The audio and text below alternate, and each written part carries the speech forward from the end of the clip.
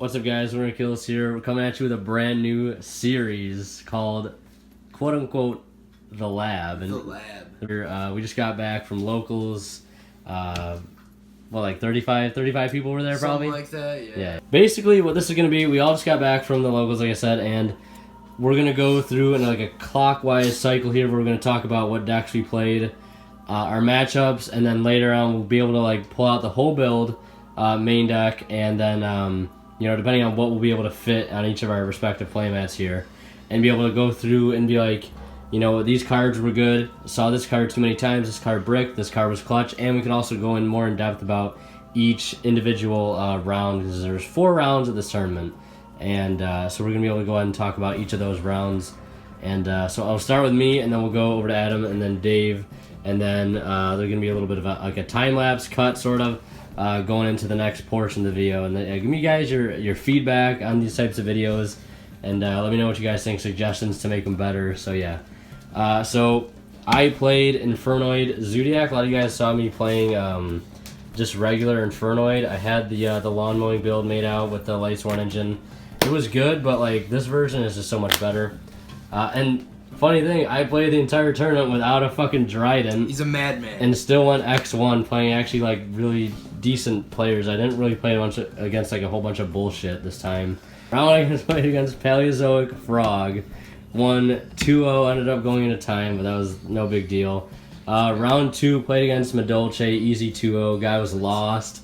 Round 3, I played against, what's it called, Yangzing Metalfoe, and then last round I played against Eidolon Zoodiac, which is an interesting matchup. So yeah, how was your matchups? My matchups, I went undefeated, basically with the Zoodiac Kaiju build. Mm-hmm. Pretty much the same since the last deck profile, just a couple of tweaks here and there. Round 1, played against Water, easy 2-0. Round 2, played against a Performapal deck, like, straight up Performapal. Like, deck was cool, but, like, wasn't that competitive, kind of like bullshit, like, I don't know. I feel like that was, like, a free win, honestly, because his deck's broken. Just like my Madolce matchup. Yeah. Round 3, played against Zoodiac Invoked. That was a really good player, really good match. That was a great match. Then round 4, played against Invoked Windwitch. No artifacts. I think he was playing the Kaiju engine actually instead. But, alright, Dave, what about you? What did you play?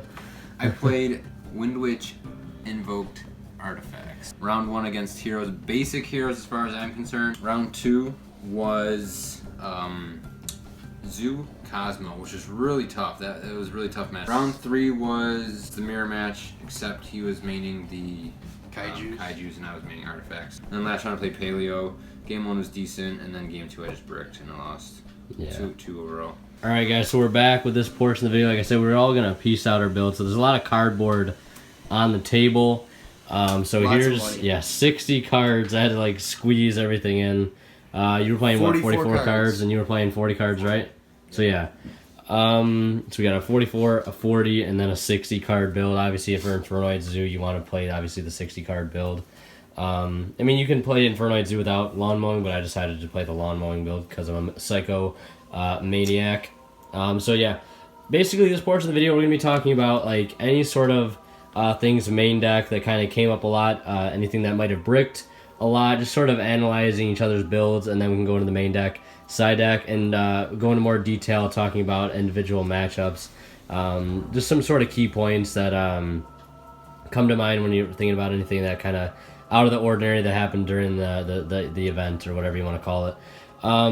So basically, like I said, for this tournament, I played without Dryden, which I didn't really miss it too much, except the fact that I missed it a whole fuck ton, because the one round I was playing against Metalfoe Yangzing, because people still play that deck, and this one guy, he always plays it. And the last time I played, I lost him. I was playing D2D, which was acceptable. Game 1 he bricked.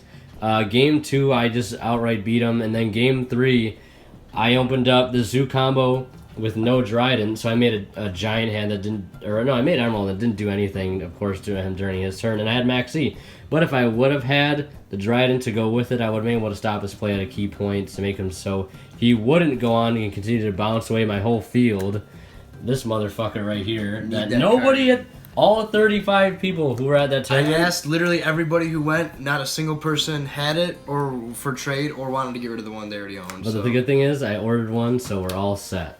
And it obviously didn't come in today because, you know, I would have fucking played the goddamn card, but that wasn't the case. So yeah, that was Dryden, and like I said, that was basically the main thing that kind of like hurt me with not having Dryden, was not being able to sort of capitalize in that situation. And then the last round, I was able to do the Zoo combo a couple times, and just not finishing up with the Dryden kind of left my opponent like confused, like, where's your Dryden? You know, what the hell? You make a giant hand, like, that was the big thing. I was like, giant hand would be a good replacement because it was during on-player turn interaction. But I kind of wish I would have played Castel because he ended up making Utopia Beyond, and that would have been clutch to get rid of with the Castel. Beyond or Utopia? He made a Utopia Beyond. Yeah, he actually ended up making Utopia Beyond. Level 6 guy? The big guy? The rank 1 guy. What's his name? Utopia Hope. No, Future Hope Zero, right? Oh, F-Zero? F-Zero, yeah. My bad. The guy with no ranks? Yeah, the guy with no ranks. Yeah, and he made one of those, and I had the only way to get rid of it was just by like bouncing it. But that's where Leviera came in handy. But like main deck, before I go back onto the extra deck too much, I want to play 3 Harmatic. I ordered a third one, so I'll probably cut. I don't even know what I'm gonna cut. There's so much stuff in here to cut. I know most builds like play with 1 Antra, but I fucking love Antra at 2. I don't know. The 2-2 ratio today wasn't bad. Everything else Infernoid wise was fine. I like playing the 3-1 split with the Saitama Satandal. This card is like the best card in the deck, no lie. Card's insane. The Rat engine was obviously amazing. Of course, the Dryden would just capitalize. This engine was busted. I ended up normal summoning Terratop more than I did special summoning it and being able to go into extra plays. Maxi, I decided to main it. It's good when you see it. A lot of times you don't. Didn't you tell me that you had a situation where you had Vanishment and Nation? And you like the one game it was against Yang Zing Metal Foe. Again, this fucking matchup. He ends first turn with number 38, Baxia, and I think like one other monster. I'm not entirely sure what it was, and he has like a couple set back row, and I'm not entirely sure what they are. I think one of them might have been a pass, so it might not even mattered at all because he could have just negated that one himself. But I had Vanishment, a card to discard for it, obviously, and I had Slumber, and I had like I think maybe one more play to make. You had Imagination hand too, right? I searched the Imagination, but the issue was I was trying to bait out the 38 so I could make some sort of decent play, and I ended up going Vanishment, discarding, adding this, but when you use Vanishment, you can only summon Infernoids for the turn. So which that means I couldn't use Slumber, which I should have used Slumber first, and in that case, I would have been able to go in Imagination, bring out Tierra, and then attack into his number 38 and try to play Yu-Gi-Oh! A little bit longer, even though I was kind of in a bad position. But that was one major fuck-up that I made that I can really pull from this experience is always be careful with this card, because it will fuck you up sometimes if you don't read it carefully and realize that you can't do any of this other good stuff. You want to do it first before you use this, is what I'm trying to get at. Grass looks greener. I resolved this card twice. The first time was for 33 cards against a Paleozoic player. Felt bad for him, but he used Pot of Desire, so I was able to punish him real easily with that and get all the mills for 30 cards. The other time was against Madolce. Insane. 33. Yeah. Really, really good mills. That's the largest mill I've ever seen you do. Is it? Yeah, it's almost an entire normal deck. But against Madolce, I milled the worst mills ever because I milled all spells and traps and then all the little guys. So I couldn't summon anything. It was just like, lawn mowing for, I think it was like 19 or 13 or something like that, one of those numbers. A real specific number. I don't know why I picked them, but and just milled absolutely horrible, and I had to like pass and like set a snow or something because it just wasn't worth normal something to like book. Just rather have it in the graveyard at that point to get rid of all the garbage in the grave. Tanky is a perfect replacement for Barrage. I honestly didn't even tell the difference, like, because anytime I went to go for the zoo play, normally the rat was always enough. I never needed to worry about using a normal summon for something else. The one left arm was good. This card is amazing. I want to play 3 of this. This card's still fine. Void Feast came in so clutch last round against Windwitch. Windwitch Eidolon. I don't think he was playing artifacts. I never saw him use them. We ended up going into time. It was just a really solid matchup, and like I said, Levier was like one of the best cards to go into. You mean Windwitch, or not Windwitch, Invoked Zoo? Yeah, Invoked Zoo. I don't know what I'm talking about. Yeah, Invoked Zoo. But this guy right here was like the MVP because being able, like I said, the last turn I was able to normal this, special this, go into this, and then as soon as he saw that I could send this to spin back his future hope, whatever, F-Zero, yeah. F-Zero. He just kind of scooped, and we were already in time, and I was able to do enough damage. He could put enough damage on because I had Deviati, this, and this guy on board. So it's just pretty much GG at that point.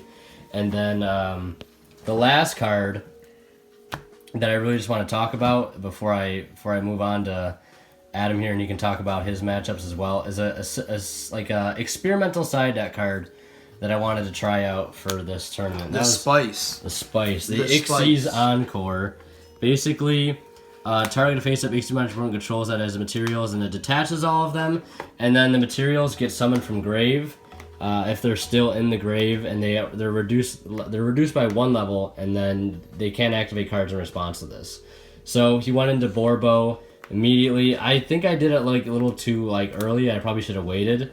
But Borbo detached the 1, summoned as level 3, and his Borbo goes back to the extra deck. And I think that's the right way. Yeah, he can't use Borbo again because he already used that effect to overlay, and then he had a Photon Thrasher. He's playing Photon Thrasher in his Invoked Zoo, and he couldn't use that for a rank 4, so he just kind of had to stop his play right there. He had to go into a weird play where he went Broad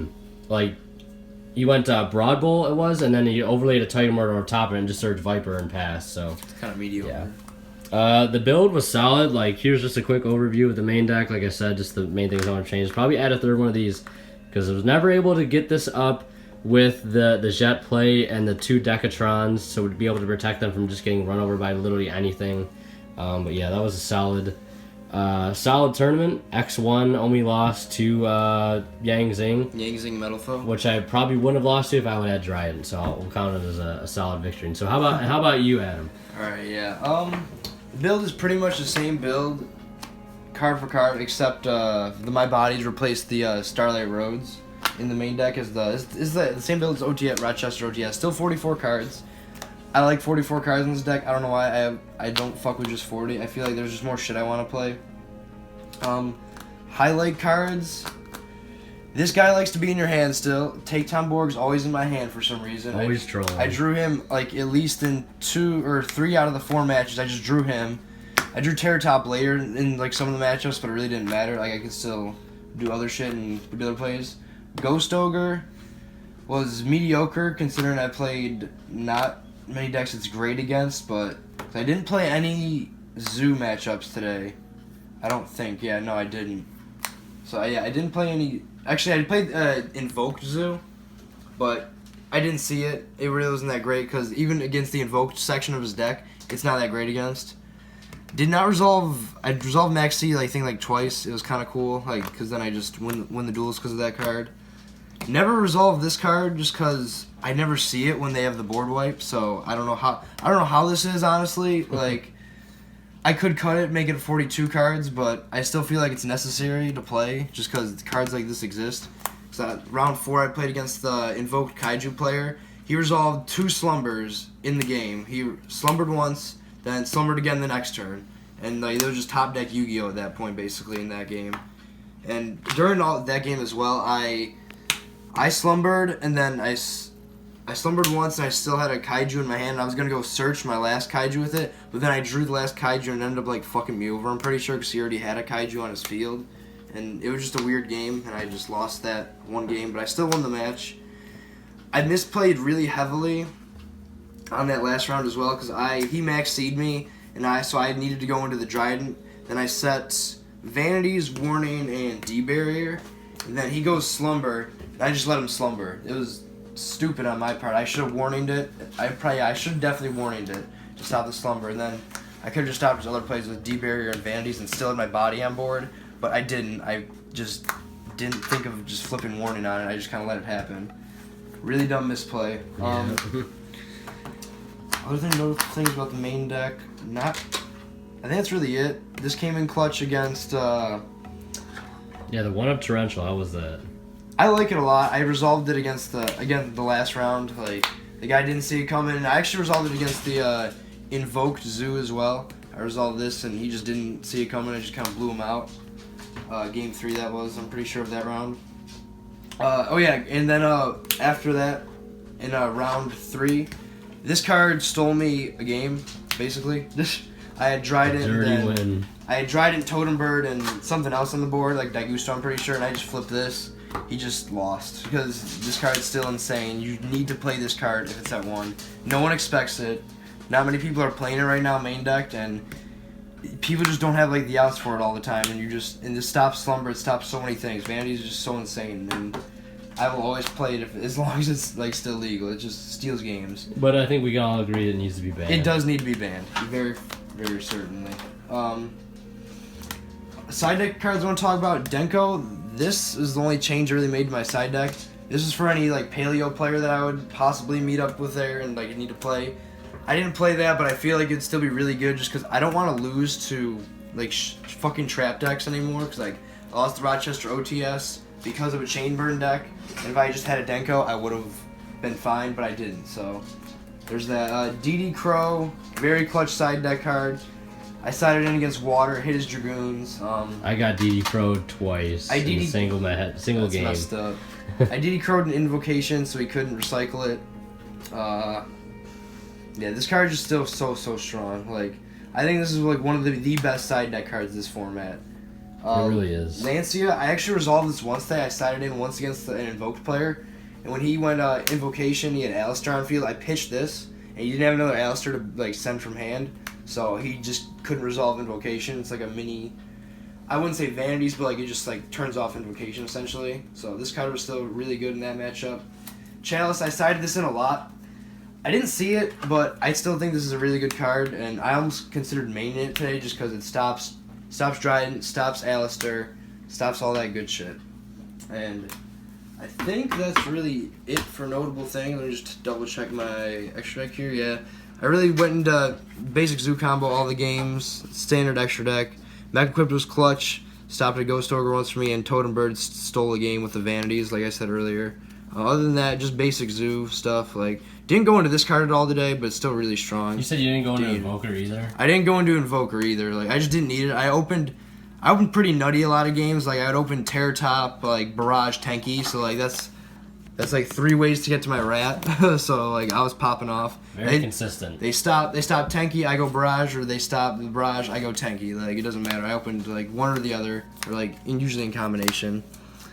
And the Kaijus were always tight. Like I Kaiju'd Mechabuzz, and I think that's really I only Kaiju like a Mechabuzz, and then I just slumber for the rest of the Kaijus. And Slumber is glued to your hand. I swear to God. Yeah, I draw Slumber a lot too. This card's insane. I love this card. But that's it for my. I report undefeated. Got that store credit for free. It's tight. Facts. All right, Dave, you are up. Anything outstanding about your build? Anything that you want to change, or anything that interesting that happened during any of your matchups? Go ahead and talk about that now. Well, I already did change something from the tournament earlier. These 2 Veilers were not in there during the tournament. I was actually a 3rd Quaking, and I had a Tech Book of Law. I cut the Quaking for the Veiler and the Law for the Veiler because Quaking didn't really come up a lot. I think I used it once the whole matchup. Other times I had either drawn it and didn't use it or set it, and it never ended up making an impact. Book Law I used once, and it actually was pretty clutch during game 1 when he was... Against what? Against Hero. Mm-hmm. He made a rank 4, he made Rafflesia, throw it in defense. And he went to use the Floodgate Trapple, the one that books it, and I think it was a Mechaba, and he used that, and I chained Book of Law to make go right up into Raging. That's the only time it ever came up. I think I might have drawn it one other time, but you can't search it. There's no way to like get it to your hand without hard drawing it. So unless you're gonna play like 3, so you can increase the chance. I don't think it's that that relevant. And then the Quaking, obviously, just because. It didn't make a huge impact. And I actually lost the game to Veiler because I had my Alistair Veilered, and it was the only play I had, and the next turn he proceeded to just dominate. Hand Trap's huge interaction, that's why I like 2 Ogre, Maxi, 2 Veiler. So that's one change I had already made. Earlier today, yesterday, I was playing 3 Glass Bell, but I kept drawing too many of them, so I cut that to 2. This combo worked very well. The only other major problem I had was in the last round against Paleo. Both games I opened up like double Sanctum, double Artifact, and it was nice to have him, but he never destroyed any of my back row. And the one time I did Sanctum, he used this card, which I'm actually thinking about playing. I summoned Sanctum and he lost winded it, which cuts its attack in half and negates it, so it's basically a token. Ran it over with Toad. Can I see that card again real quick? Lost Wind. It also has a nice graveyard utility. Wonder Wand was okay. If you're playing this build or something like it, this is a card you could cut because it's not that big of an impact. I only used it twice today. I think its biggest utility would be when, obviously Alistair effect, you can use it send it to grave because Alistair doesn't have to be on the field. But like if you draw like one of these and you don't have the combo and you just happen to have this, you can just normal it because you can use him from grave and just equip it to get a draw. Or the Veilers if you had to when you're in that situation. D-Barrier would probably be taking these guys' place if I had them. Expensive, big money. Like $500 a piece, so that's not going to happen. It might happen. Book of Moon. You replaced the Book of Law for a better book? Question mark? No. This was the Veilers. Oh, okay. Book of Moon was good. I booked The best book. Best book. A Masked Hero Anki that was about to run over my Mechaba, so that came up. Save. Twin Twisters were good. Terraforming's obviously for the magical meltdowns. Gotta be melting down. How'd you like the 2 terraforming in place of 3? Do you think? It was Did you always see meltdown when you needed it? Or I actually only used this once. I always drew the meltdowns. I never saw the terraforming. Interesting. Yeah, because Invoke's like a really new deck, and there's so many ways to play it. So a lot of people are gonna really want to know the chemistries that the deck has because it's such a unique. I don't know. I think it's a unique you deck. could play 3 terraforming, but I just wouldn't want to be drawing too many of these. Yeah, understandable. Because I drew this guy a lot too. It was these guys that I always was drawing. It's kind of like a Union Hanger. It's not like a once per turn, field spell. It's something that you need to put another field spell over top to use it again. Yeah, the only reason to keep it sticking around is so that they can't react to your fusion. You can't solemn your invocation. Yeah. Which is busted. Which is tight. Or they can't nuke it in your case. Moral Tech never used it. Scythe I used a lot. I actually used Scythe so much in round 1 that I ended up making a Pleiades out of them. Call the Haunted was good. I brought back a Mechaba the one game, and I also brought back Alistair and booked it with the Raging and flipped it back up the next turn and got to use it again, so that was kind of cool. Vanities never used. Warning was good, obviously. Those are just cards you kind of have to play. Ogre was okay. MVP of the deck, though, I would say, is the Windwitch combo. I resolved this 4 or 5 times. Every time I started with the Ice Ball and went through the whole combo, it never got interrupted. And I actually won round 2. Right? Game 2. I lost game 1. We went to game 2. Bit of a grind game against the Zoo Cosmo. He paid 1,000 or something like that to add back something off Cosmo Town. And then next turn I had this and I just summoned it. And just burned for game. Burned him for game because he had 400 life points. So that was cool. Savage. And I ended up winning game 3 in time because he bricked. I summoned this, searched, poked, passed, poked, and then he scooped after that. Savagery. But yeah, this was huge. The only out that Cosmo had was Cosmojo. Everything else and the game that he beat me, game 1, he maxed me and I gave him 8 cards, and it still took him 10 turns to get rid of my crystalling. I gave him so much advantage, he just couldn't do anything about it until he got the Cosmojo. Which is where Mechaba comes up if you have one of the many traps you can stop the Cosmojo. It shouldn't be get the fuck out of my face with that. But main deck, that's pretty much it. Extra deck, I'd say MVP again is the Crystalline because... Shout out to your boy.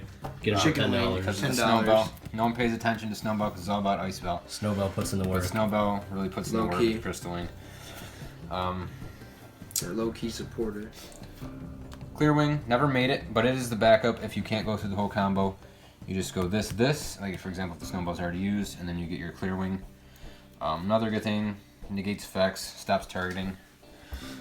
Durandal, never made. Pleiades, like I said, I made it with the artifacts. I never used them, but it was just kind of like a seal the deal type play because I ended up winning the next game. Mechaba, I made a lot off of other people's monsters because I don't play a lot of lights. Like I said, the Valors weren't main deck, so the only main deck light was the Ogres and the Moral Attack and the Scythes. Yeah. But I honestly used my opponent's monsters a lot. For the Especially lights. against Cosmo, I can imagine you could use a lot of lights. I used, I remember using some Ogres. I think I might have used one of his big ships, tin cans or something like that. Yeah. This guy was the Invoked I made the most, obviously because in the Windwitch version, you play the most wins. So he was good walking Book of Moon. Had to Alistair a few times to bump up his attack a bit to get over some bigger monsters. Elysium never made it. Magilensia never made it. Purgatrio I made once, and it was going to go in for huge damage against the hero player, but he ended up bottomlessing it. So that never ended up, coming to be. Casitas never made, unfortunately, against the Paleo guy. I bricked, so I could not get it out against him because it probably would have been an auto win. GG easy. And then this year I just have to play because that's Part of the combo. Side deck? Anything in the side deck come up at all, or side deck? Anything interesting? Basically the Kaiju engine. You side that in a lot? I decided to go. I always would side it in. What did you usually end up siding out? I would side out one terraforming usually, maybe one wand or both wands, maybe a quaking. You played 3 at the time. I played 3 quakings. Sometimes I took out the Moral Attack because I honestly never used it. Like the Scythes are the killers. Like the Moral Attack is just kind of like a bonus. But yeah, maybe I think I set it out Max C the one game against the hero guy because like he would just like summon Dark Law or one Fuse, so I never got a lot out of Max C. So I cited that out the one game. Lancias and the Crows. I put the Lancias in against Paleo because they're Ronin Totem banishes all the time. Never saw it though. Crows I put in against the Invoke player. Again, I don't think I saw it. Apocryphs never put in, and the Restriction never put in. Because the one time I was playing against the Kaijus, he only like Kaiju'd me once. He didn't even use Slumber, he just threw the Kaiju over top. So I never felt the need to really side it.